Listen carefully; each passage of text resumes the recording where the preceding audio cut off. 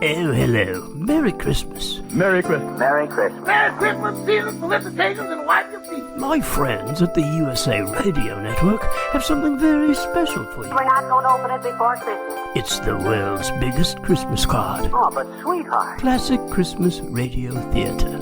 God bless us, everyone. Yes, Tiny Tim. God bless us, everyone. Featuring some of the greatest Christmas radio shows of all time. Attaboy, Clarence. Attaboy. And now here's your host, the elf that eats the most Christmas cookies, Mr. Wyatt Cox. Now, on classic Christmas radio theater, there have been several adaptations of Dickens' A Christmas Carol over the years, written back and first published in 1843. It was in public domain before radio came around, and so many people did adaptations of it. And others, like you're going to hear this hour, used it as a basis for their own stories that they had going on. And that's what you're going to hear here with an episode of Blondie, the comic strip that got adapted to the motion pictures and to radio, starring the movie stars Penny Singleton and Arthur Lake. Of course, everybody has heard of Dagwood over the years. Well, now you're going to hear Dagwood believing himself to be the subject of A Christmas Carol by Charles Dickens. That's coming up this hour of Classic Christmas Radio Theater. Thank you for tuning in. While Blondie the comic strip is still around today, it had quite the run in other media of the day. The Blondie film series ran from 1938 to 1950, and in fact, the radio series ran during the same period, 1938 to 1950, on a variety of networks. This episode that you're going to hear today is from Christmas 1939, and it initially filled in as a summer replacement series for the Eddie Cantor show, and it rolled on because Cantor did not come back in the fall, and it continued until 1944 on CBS. And then moved to the NBC Blue Network, which would become ABC, moved back to regular NBC, and then Ann Rutherford in the last season of the series was Blondie. Now, from Christmas 1939, some 82 Christmases ago, let's listen to Arthur Lake and Penny Singleton as Dagwood Bumstead and Blondie. Don't touch that dial. Listen to...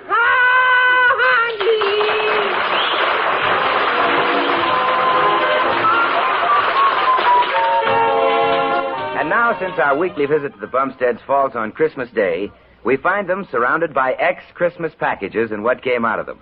Dagwood's on the couch, relaxing after dinner, and somewhere, not quite far enough off, Baby beats a toy drum. And at the desk, Blondie is checking over some figures of her own. Dagwood, I've been going over the list of people who sent us Christmas cards, and the list of people we sent cards to. You can't win, Dagwood. It's always the same way. This year we sent 3 cards to people who didn't send us any. Oh, well, we got plenty. That isn't it, Dagwood. 6 people sent us cards that we didn't send any to. Now, isn't that terrible? Well, we could send 3 extras we got to 3 people we didn't and come out 3 ahead. Oh, no, Dagwood. No? We'll have to make up for it next year. Look, Blondie, let's not start figuring on next year yet, huh? I'm all tired out from this one. Oh. Hey, who gave Baby Dumpling that drum? Mr. Fuddle. Spite work. Oh, no, Dagwood. I'll bet it was, just because I gave their little Alvin a bugle. Hey, look at Daddy. Look at Mommy. I'm a parade. Yes, we see you, baby. Yeah, we hear you too, baby. Look, go be a parade over at Fuddle's, huh? Oh, now, Dagwood, it's Christmas. I know, but I was up practically all night helping Santa Claus. Oh, did you see him, Daddy? Huh? Oh, sure. Did he say what he was so mad about? How's that, baby? Oh, Sandy never gets mad. He was last night. I heard him. Oh, dear. What did you hear, baby? Well, I heard a big bump and it woke me up. Then I heard Santa hollering that he stepped on a roller skate. Oh, yeah. You must remember not to leave those skates around, baby. Suppose Sandy did get mad and never came back. Oh, he'd forget us by next year. Oh, gosh. No, they put strong stuff in those drums, don't they? Don't they ever break? That's because I'm such a good drummer. I know just how hard to get it. Here I go, but I'll be back. No hurry. Huh. Boy, I'm tired. If it was quiet, I'd bet I'd sleep for a week. What are you figuring now, Blondie? Oh, just making sure we sent a present to everybody who sent us one. We did. Yeah, we sent one extra, too, to Dithers. Can you imagine that guy not giving us a present this year, Blondie? Oh, I guess he just overlooked it. He did not. He's just too mean. Oh, no, Dagwood. It was just some mistake. You know who Dithers reminds me of? That old bird in Dickens' Christmas Carol, Scrooge. Dagwood. Yes, sir. You know, Aunt Bessie sent Baby a copy of that story. I know. And while you were getting dinner, I read it to Baby. I read it twice. And Scrooge reminded me of Dithers both times. Oh, golly, here comes the drum again. Well, I'll try to keep Baby quiet if you want a little nap, Dagwood. A little nap? I'm short a whole night's sleep now. Baby! Not so loud. Poor Daddy's tired. Stop now. Well, but Mommy, this is about all I have to play with. Why, Baby Dumpling, you have lots of toys. Yeah. They're most all broken now, Mommy. Why did you break the quiet ones first? Here's your toy telephone. You could play with that. Make believe you're calling up somebody. Okay, Mommy. Well, I put my drum down. Listen, Baby. Call up Mommy on that toy phone and ask her to keep the house quiet, huh? Daddy wants a nap. Okay, Daddy. Hello. Is this you, Mommy? Hello. Yes, Baby. Hey, Mommy. Is it okay for Daddy to go to sleep on the couch with his shoes on? Oh, well, on Christmas, I guess it is. Okay, bye. Hey, Mommy, read me a story. Well, what would you like? That book Aunt Nancy sent, Christmas Carol. Daddy said he read you that twice. Yeah, I did. It's a fine story, but twice in one day is enough. I know it by heart. You read it, Mommy. Oh, all right. I'll read softly so Daddy can sleep. Here it is. Start here where it tells about the mean old Scrooge, Mommy. All right. It says, Scrooge, a squeezing, wrenching, grasping, scraping, clutching, covetous old sinner. Hard and sharp as flint. My goodness, I think Daddy does know it by heart. Yeah, reminds me of Dithers. Shh, Dagwood. Go on, Mommy. Well, he carried his own low temperature always about with him. He iced his office on dog days and didn't thaw at 1 degree at Christmas. Oh, Scrooge, Dithers. The heaviest rain and snow and hail and sleet could boast of the advantage over him in only one respect. They often came down handsomely, and Scrooge never did. Reminds me of a fuddle joke.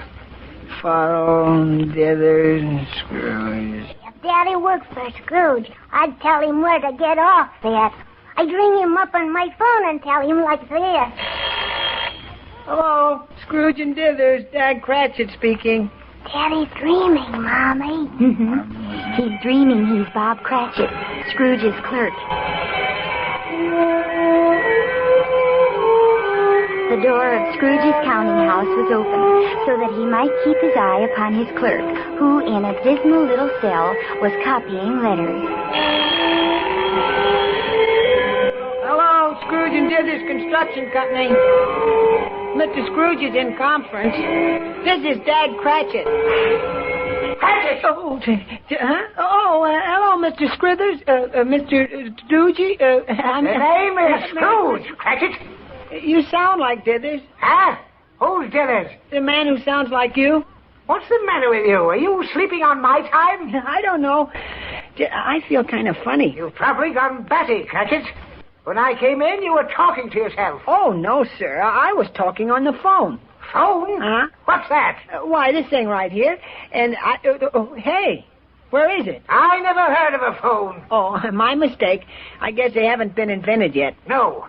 And if they had been, I wouldn't have one. Too expensive. There's something mighty funny about all this. Ain't funny to me, Cratchit. Wake up. I wish I could. Trouble is, I keep this office too hot for you. Hot? Look at the frost on the windows, Mr. Scrooge. Nonsense. That's just a little fog outside. It's foggy all over London today. London? Oh, yeah. You act tipsy, Cratchit. Huh? Been drinking the ink? No, sir. I never drink ink. Anyway, it's frozen. Nonsense. Look at the blaze in that fireplace. Oh, that's nothing but some red paper with a candle behind it. Well, use your imagination, Cratchit. Look, Mr. Scrooge, it's Christmas Eve. Couldn't I have a real fire? Just one lump of coal? No. Oh. I can't get at the coal. I'm not going to open the safe again today. Well, then, can I have a sip of water? Now it's water. Well, just a sip. Next it'll be 2 sips, and then a glass. And then you'll want to bathe in the stuff. Never mind. The water is frozen, too. Good. It'll last longer that way. Now get back to your stool and get to work. Yes, sir. Cratchit! Oh, no, yes, sir? What's the idea of 2 candles burning at once? One each side of the ledger. Why, that's a little invention of mine, Mr. Scrooge. I can see both sides of the ledger at once that way. Pah! You only work on one side at a time. There. One's enough. Listen, that sounds like a drum. Nonsense, that's a horse. It's some fool wasting his money on a hansom cab. Probably my nephew, Fred. Well, it must be nice to take a cab when it's so foggy. Yeah. Last time Fred took a cab, he parked double in front of Buckingham Palace. And I had to fix his ticket. Yeah. Listen, they must have met another cab. The traffic in London today is a menace to life and limb. I'll write a letter to the Times. Speaking of your nephew, Fred, reminds me, he sent a message today. If he wants money, he won't get it. No, sir. He just said, Merry Christmas. He sent it collect. Merry humbug. Pistache, fiddle, faddle, Christmas. Ah. Oh, come, Mr. Scrooge. Don't Mr. Scrooge me. I suppose you're leading up to asking for the day off tomorrow. Yes, sir, if quite convenient. Well, it isn't. What are you putting your tippet on now for? It's after closing time, sir, and it's a long walk to Camden Town, now that the horse trams have stopped running. What? Stopped? Why wasn't I told? Well, right after you got on the board of directors, Mr. Scrooge, the tram stopped running. Why? What happened? Well, you gave orders to cut down the horses' hay. I put them in training, that's all. Gave them 1 handful less every day. That way they didn't miss it. And in a few weeks, I'd have them used to no hay. Yes, sir. But just when they were getting used to it, they all died. Just lack of cooperation, that's all. Well, don't stand talking, Cratchit. If you're going, get out. Yes, you're wasting the candle. Yes, sir. Could I have my week's wages now? Christmas shopping, you know. A fool and his money are soon parted, Cratchit. You'll never be rich if you spend as fast as you get it. Well, my family... You can't afford a family. No. Utter extravagance. Oh, but here you are. 5 shillings and 2 halfpenny. Just for loafing here all last week. Thank you, sir. But it should be 5 shillings 3 halfpenny. Huh? Why the extra penny? I loafed half a day on Sunday, too. Get out. All right. And be here all the earlier day after tomorrow. Yes, sir. Knock, knock. Who's there? Dag. Dag who? Dag gone. I forgot to wish you Merry Christmas, Mr. Scrooge. Merry Poppycock, Cratchit. Scaram. Yes, sir.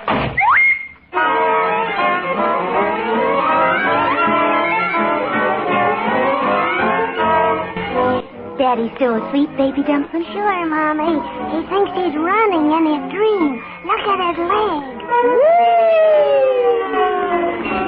He thinks he's sliding. Maybe he's dreaming about where Bob Cratchit slid downhill with the boys 20 times before he ran all the way home to Camden Town and Mrs. Cratchit and Tiny Tim. Hey, Blondie Cratchit. Where's Tiny Dumpling? Here I am, Fuzzy. Well, Dag Cratchit, what kept you so long tonight? Why, I ran all the way home. Who's that in the chimney corner? Cratchit! Oh, why, it's Mr. Scrooge. How did you get here ahead of me? I flew, Cratchit. Flew through the air. Oh, you must be spoofing, sir. I never spoof. I had a nasty experience. I found a ghost in my bedroom. Huh? I was counting my money before going to bed, and when I took the padlock off my wallet... I know. A moth flew out. Yes. No! Wasn't a moth. It was a ghost. And it didn't come out of my wallet. It wafted through the wall. But that's not the worst. No? No. Oh. This ghost said 3 other ghosts would come for me. They're going to take me for a ride. Oh, my. Gangster ghosts? No, Christmas ghosts. The first one will be there when the clock strikes 1. But I'll fool him. I won't be there. I'll be here. Well, that's fooling them. Oh, hey, maybe they will follow you here. Oh, there goes the clock. Oh, here comes the ghost. I hear him on the stairs. Oh, maybe just one of the neighbors. No, it's the ghost. Coming for me. In a minute, he'll knock on that door. Oh, if you're going to knock, knock. Why, that is one of our neighbors. Sure, Fezziwig Fuddle. He's a card, too. Don't let him in. I am in, old Scrooge Ball. That sounds like Fezziwig Fuddle. Yeah, and it looks a little like him. But it kind of looks like a ghost, too. Well, that just goes to show you. What do you want with me? Why, buddy, I'm the senior member of the firm of Ghost and Ghost. Tours Deluxe. Have a card, chum. Where are the other members of the firm, huh? All the other boys will be along later. Uh-huh. Now, we have tours of Christmas past, present, and future. I head up the past department myself.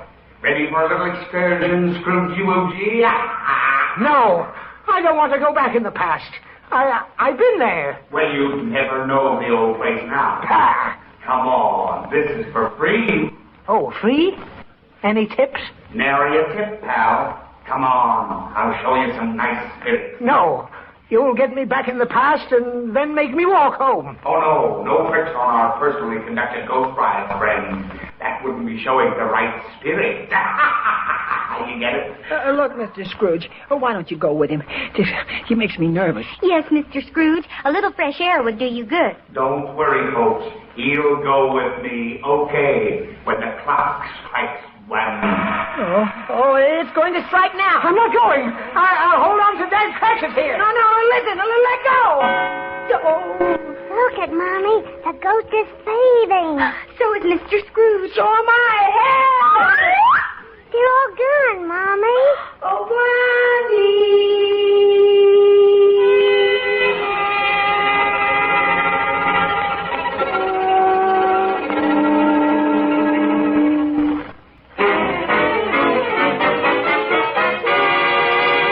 And now, back in the Bumstead home, we find Blondie still reading to Baby Dumpling, and Dagwood still on the couch, dreaming that he is Dag Cratchit. He seems to be having a double feature dream, so let's catch the last half. Hey, let go, Scrooge! Oh! Hey, Scrooge, open your eyes. We're back home again. Well, Dag Cratchit, you gave me a turn, going out with a perfect stranger like that ghost. I couldn't help it, Blondie Cratchit. Have a nice ride, Father? Well, yes and no. No, but definitely no. See, the ghost showed Mr. Scrooge his old school days. Boy, was little Scrooge smart at arithmetic. Oh, I don't know. Sure you were. Listen, the teacher asked him if he had $5 to divide among 9 other kids, how much would each kid get? And Scrooge figured each kid would get 30 cents. Well, I was young and green in those days. I could make a real deal with those kids now. I see what spoiled your trip now, Mr. Scrooge. Remorse. Yeah. Well, maybe the next trip will be better. The next? Oh, I'd forgotten those other blasted ghosts. You think they'll show up? Oh. Listen. Yeah, here comes the next one. The ghost of Christmas present. Why, that sounds like the Fezziwig Fuddle ghost again. You could come in. I am in, buddy. I just whacked through the wall. You're the same one who was here before. I thought you were the ghost of Christmas past. Spook when you're spoken to, Scrooge. You see, our firm is pretty busy right now, and I have to double up on my route. So now you're the ghost of Christmas present, huh? No. The way old Scrooge has been acting, he ain't going to get any Christmas presents. You get it? Oh, I'm hot as a firecracker tonight. Well, if you're a firecracker, why don't you go off? How's that? Get it?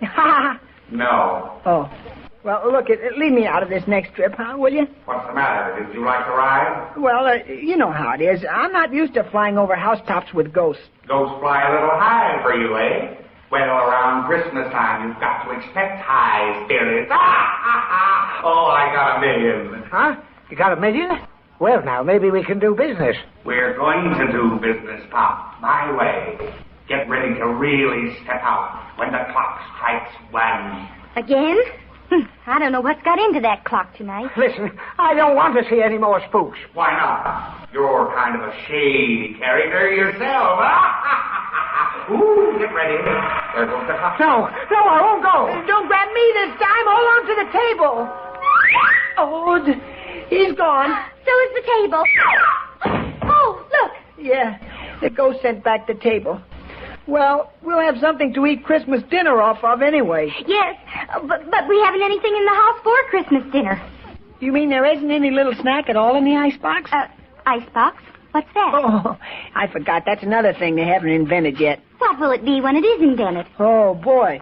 Why, it'll be something to keep food in. All kinds of food and sandwich material. Boy, can I make a sandwich when I have the stuff. It's a shame we're so poor, Dag Cratchit. Yeah, no Christmas dinner. I tried to borrow one of those 2 crows the chimney sweep caught, but it didn't work. He needed them for his own Christmas dinner, I guess. Yeah, he said his wife's folks were coming over. Well, don't you care, Dag Cratchit.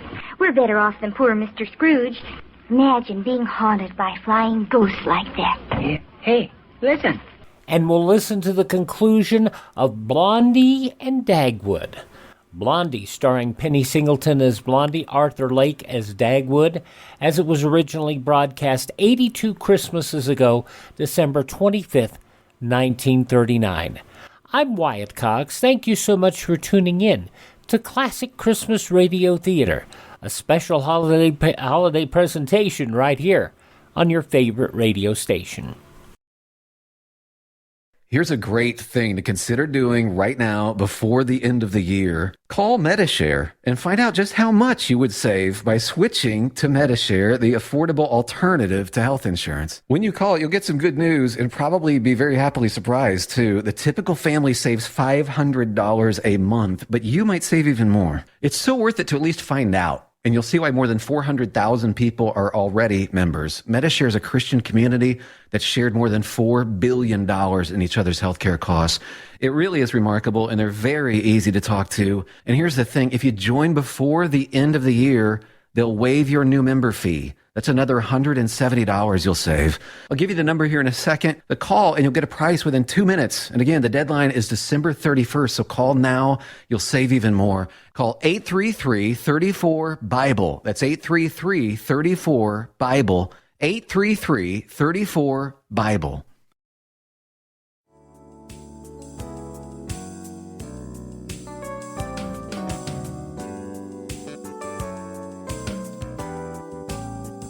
Merry Christmas and happy holidays to all. This is Classic Christmas Radio Theater on your favorite station.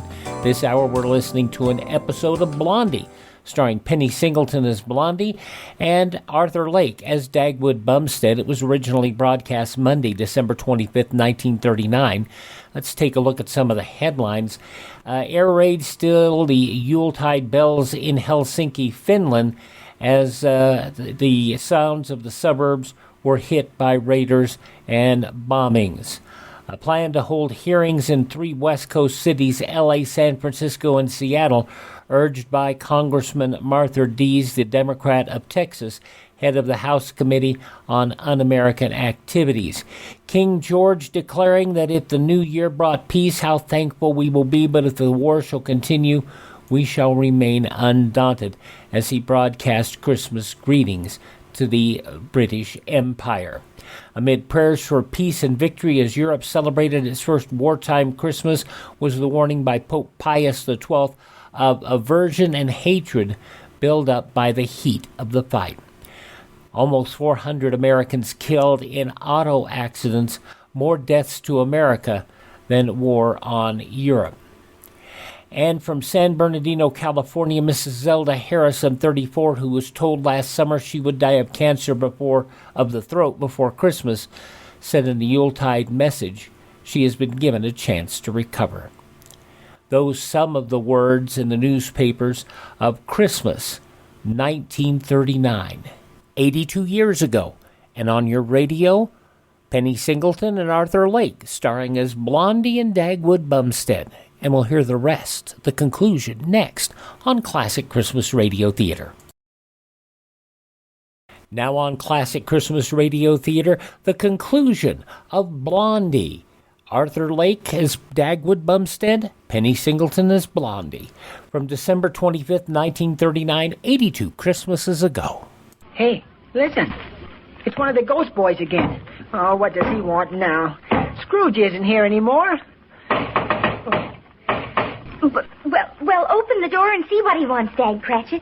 It makes me nervous when he floats through the wall. Okay, I'm coming.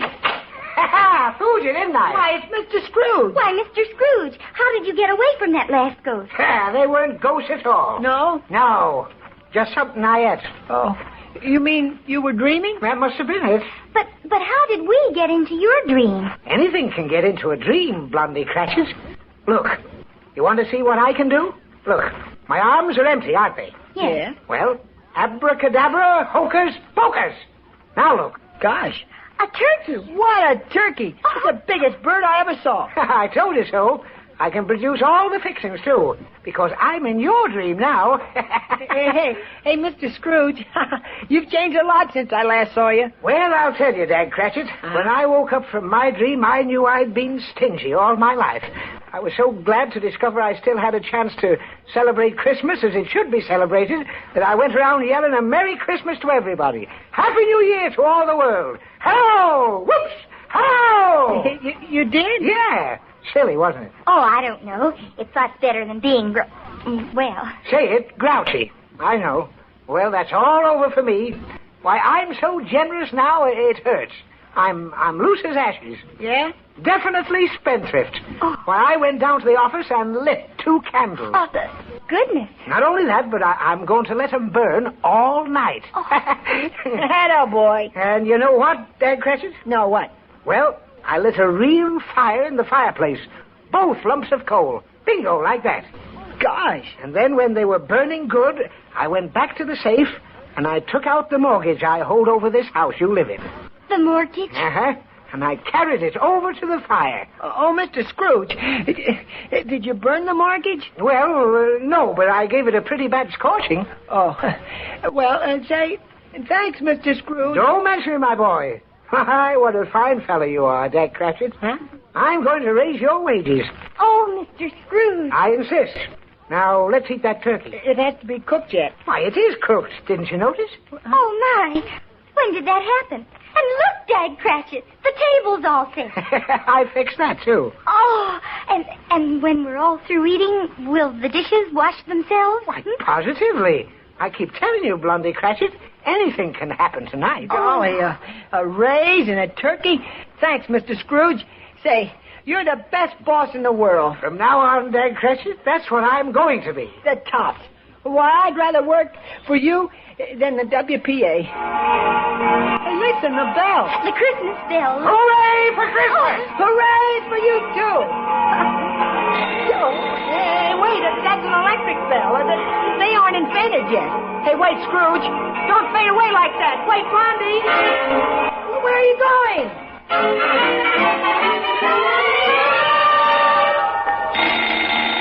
Oh, my goodness. That doorbell is waking Daddy up, Baby Dumpling. Hurry and open the door. It's Mr. Dithers, Mommy. Hello, Blondie. Where's Bumstead? My, what a nice surprise, Mr. Dithers. Why, there's Dagwood on the couch. He's been sleeping. Dreaming. Don't go away. I'm not going anywhere. I just came in. Yeah, best boss a man ever had. How's that?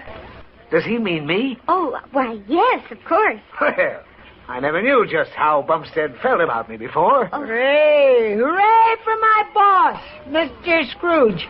Huh? Oh. What'd he call me? A stooge? No. Maybe I'd better wake Dagwood up. I'll wake him. Bumstead! Oh, yeah, I'm coming. I'll put out the candle. Candle? What candle? Wake up, Bumstead. Wake up, Daddy. Yes, wake up, dear. Oh, hey, what's the matter? Where am I? At home? Oh, yeah. He's still asleep. I'll get my drum. Go out to my car, Baby Dumpling. There's a present for you out there. Oh, boy. Hey, Dag, snap out of it. Huh? Remember me? Oh, sure. Hello, Mr. Dithers. Say, thanks for the turkey. Turkey? What turkey? Oh, no, that was in my dream.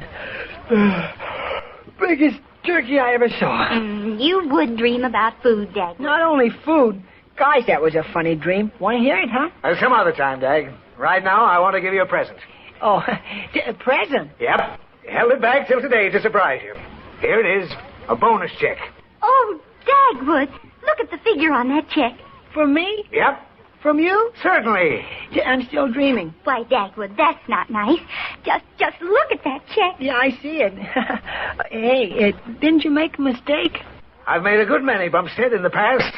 But, I want you to know, Bumstead, that the J.C. Dithers Company appreciates the fine spirit you showed.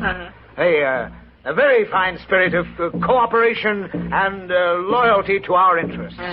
Therefore, in appreciation of your work and to promote the welfare of your peaceful little home, I say peaceful little home. Baby, where did you get that bass drum? Quiet, baby! Sorry. What were you saying, Mr. Dithers? Never mind. Take the check and have a good time.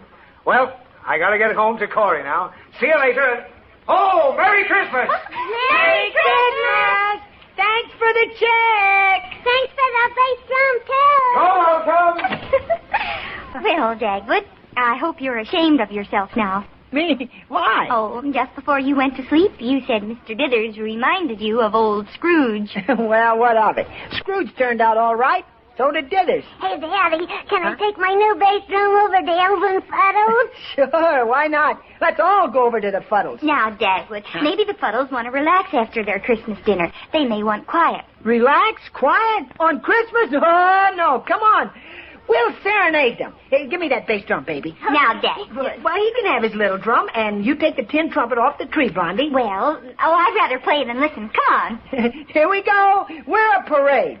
We'll go over and wish the Fuddles Merry Christmas. And the whole neighborhood. And the whole world. Right. Merry Christmas, everybody. From Blondie and Dagwood. And Baby Dumplin'. Merry Christmas!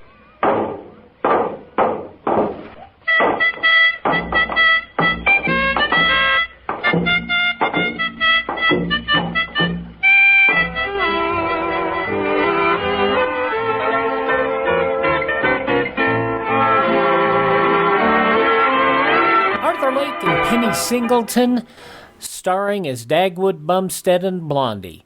Blondie from December 25th, Christmas Day, 1939, 82 Christmases ago. I'm Wyatt Cox, and you're listening to Classic Christmas Radio Theater here on your favorite station. Let's head to 79 Wistful Vista again and check in with Fibber McGee and Molly. Of course, they've been doing some Christmas shopping. Now, let's see what they've been able to... Mrs. McGee is downtown for some late Christmas shopping. Mr. McGee is at home wrapping a package to mail. Here he is in the living room now, stuffing Excelsior into a box. I'm going to put about 2-foot layer of Excelsior in this box first, before I even put the vase in it. Yeah, you said it, Buster. When I do something, I do it right. This is one time Aunt Sarah's Christmas present is going to get there unbusted for a change. Wad up some more newspapers and stuff them in here. Excuse me, Mr. McGee. I hate to disturb you. Oh, hi, Wimp. You're not bothering me, boy. Come on in. Well, I heard you conversing, and I didn't want... Oh, me and the bird were just yakking a little, that's all. What's on your mind? Well, Sweetie Face is coming home tomorrow, so I'll move out of your guest bedroom. Yeah, Molly told me the wonderful news this morning, Wimp. Well, that's great, boy. Tickle to death to hear it. For your sake, of course. Yes. Isn't it wonderful? Well, I wanted to ask you, though, could I take this book to my room and read it tonight? It might give me some ideas on how to handle Sweetie Face. Which book is that, Wimp? The Cane Mutiny. Oh, sure. Help yourself. Good luck with it. Now, let me see. That's about as far as I can go with this box till Molly gets home with some more Excelsior, I guess. My, you're certainly taking pains with that package, Mr. McGee. It must be a valuable gift. Cost $18. Now, I want to make sure it gets there unbusted. It's one of them Chinese vases with a picture of a mandarin on it for Aunt Sarah. You know, with pigtails and a kimono and a long black mustache. The mandarin, I mean, not Aunt Sarah. I didn't think you meant her. No, of course not. Aunt Sarah don't have a long black mustache. You can hardly see hers at all. Keeps peroxide on it. Oh. Anyhow, we finally found a vase to take the place of that one that got busted last time we were there, and the butler said dinner's served, and I got up off the sofa too fast. Boy, I'll never forget her expression when that vase hit the floor. Her expression? Yeah, it was in French. Every time I ask one of them French waiters what it means, they call for the manager. It must be dynamite because... That must be Molly now. She probably forgot her key. I'll let her in, Mr. McGee. I'm going downtown anyhow. Oh, thank you, dearie. I forgot. Oh, it's you, Mr. Wimple. Can I help you with those bundles, Mrs. McGee? Hi, kiddo. Hello, dearie. No, thanks, Mr. Wimple. I'll just dump them here. You leaving? I'm just going downtown to get Sweetie Face's Christmas present. Yes. Oh, watch out for those crowds at the Bonton. They're murder. Say, what are you going to get Mrs. Wimple? Do you know? Well, I know what she wants, if I can find one. She wrote me a note and told me. She said all she wants for Christmas is a new bullwhip. A bullwhip? Yes. I don't know what she wants with it. There are no bulls around our house, goodness knows. If that's what she wants, I'll get it. Yeah, you'll get it all right. See you later. So long. Oh, McGee, those downtown crowds are just awful. You step into that Bonton and it's like stepping into a whirlpool. Yeah? It's a stampede. Boy. I went in to buy Mabel Toops a slip, you see. Mm-hmm. Well, 3 times I started for the ladies' lingerie on the 2nd floor, and 3 times I wind up in the men's socks in the basement. No kidding. Did you ever get the slip? I gave it up. I bought Mabel 4 pairs of Argyles. Let her exchange them. Yeah. Did you get me some more Excelsior for this package? I'm stymied here till I have Right here, whole sack full. Good. Now, we better get that package mailed as soon as we can, too. Do you want to put the vase in now and cover it with Excelsior? No, I want to pad the box some more first. You know how they throw packages around at that post office these days. I'm taking no chances with a delicate thing like that vase. Well, I'll take my coat off and rest a minute. I still haven't got my breath from battling that crowd. Heavenly days! What's the matter? What's the matter? You didn't get your purse snatched? Look at my hat. Oh, what's the matter with it? The brim ain't tore. The fruit's still on it. Looks okay to me. The hat I left here with didn't have a brim. What? It was a little felt cloche with a veil in the back. This is not my hat. What difference does it make? Looks swell on you, kiddo. Say, it doesn't look too bad, does it? Oh, come on now. Who are you kidding? Stop admiring your new hat and hand me some more Excelsior. I want to get this package packed good and get it down to the post office before...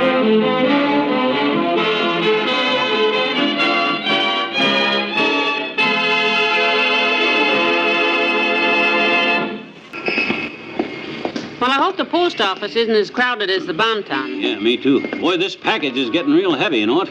Well, that vase was only a foot tall. How did we wind up with a package that's 3 feet square? Careful packing, kiddo, careful packing. I still don't know why you had to make such a big bundle out of it. I'm taking no chances with that vase. I stuffed all the Excelsior we had in this box. Well, here we are. I'll open the door for you. Okay.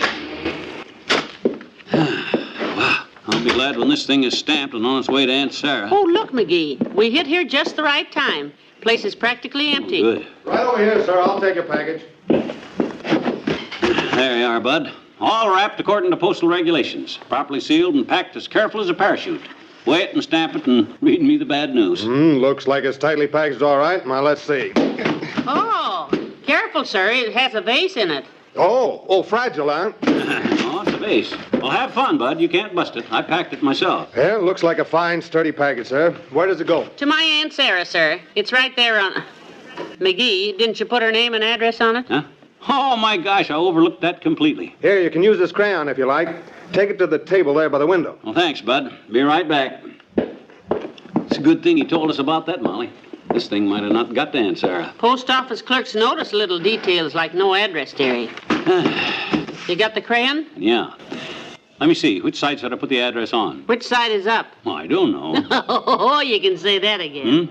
Give me the crayon. I'll do it. Okay. Mrs. Sarah Driscoll. Sure a lucky break getting here when the joint's empty. We'll be out of here in 5 minutes and on the way home before... Hey, what's going on here? No, don't crowd the window. Don't crowd the window. What on earth? Well, heavenly days, look at the people. What? Hey, where'd they all come from? My gosh, if this isn't the... Come on, let's get in line quicker. Huh? We'll be here all day. There's 10 people in line now. Oh, no, not me, kiddo. I'm not going to the end of that line. I was here first. Not me. No, sir, not me. I take it you're not going to the end of the line. Is that what you're trying to say? Darn right. I'll just explain it to these people, that's all. You will, huh? Darn right. Give me that package. Dearie, if I were you... Excuse me, Bud. Pardon me, sir. I want to talk to the people in this line a minute. Hey, what do you mean? Who's that guy? Ladies and gentlemen, I came in here with my wife 5 minutes ago, and there was no one here. We were first. The clerk asked us to put the name and address on the package on account of I forgot to do it before I got here. Now I got the package ready to mail. Now, if you'll all kindly step back one pace, I'd like to get back there where I was before, and that's first in line. Ladies and gentlemen, I ask you in the name of simple justice to step back one pace. Come on, McGee, stop wasting time. This line is getting longer every minute. All right for you guys, all of you. Dad rat a bunch of chiselers. I hope all your packages get busted. Come on, dearie. Boy, just wait till one of that bunch is in line in front of me at the grocery store and they run over to get a loaf of bread they forgot. See if I ever let them back in line. You just wait, boy. This is a shame. The line is almost to the door, McGee. Where does everyone come from? They come out of the woodwork. Hey, look, I got an idea. No, let's stand in line. You see that big guy that's almost to the window? The wrestler-looking guy? The second one in line? Yes, I see him. He's as big as a house. Look, you take the package and I'll go kick him right in the shin and then run. When he starts to chase me, you grab his place, okay? What if he catches you? Yeah. Okay, let's get in line. Yeah. By George, my congressman.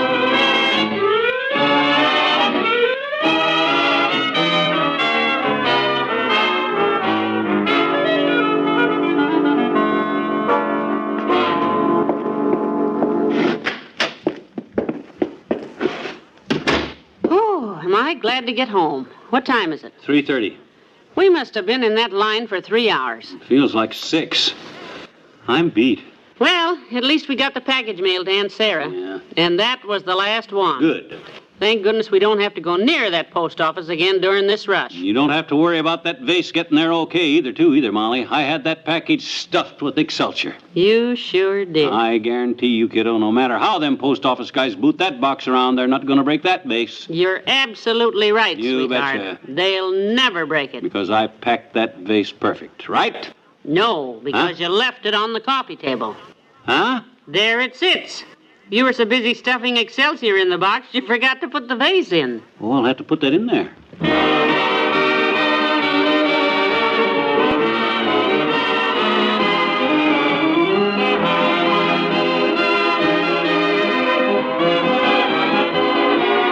Did you see the postcard we got from Uncle Dennis today? Says he may be here for Christmas. Oh, wouldn't that be great? Where is he now? Denver, Colorado. He says, I'm having a wonderful time in Denver. Altitude here 1 mile above sea level. My goodness, a mile. That's high, isn't it? Yeah, he probably is. McGee. Good night. Good night, all.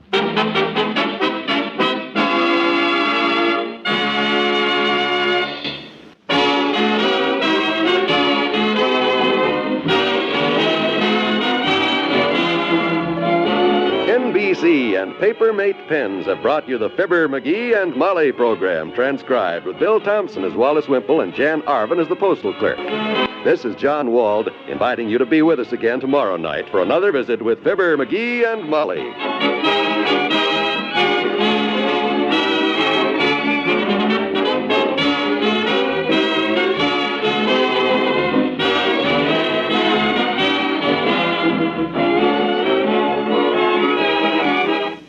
Fibber McGee and Molly began back in 1935. By 1936, they had become one of the most popular shows in the nation, and they continued all the way to the dying days of radio. In fact, in 1953, they moved from a half-hour weekly program to, as you're hearing now, 1953, quarter-hour shows that aired every day. Fibber McGee and Molly, December 21st, 1953. Thank you for listening to Classic Christmas Radio Theater. We have a webpage over at classicradio.stream where you can hear our shows on demand, and you can also hear them at any podcast application by just searching for USA Classic Radio Theater. We thank this radio station, we thank their local sponsors, and we thank you for listening. On many stations, we have another hour straight ahead. If you're with us, we look forward to the pleasure of your company. If you leave us at this time, please accept our wishes for a very Merry Christmas and a happy and prosperous 2022.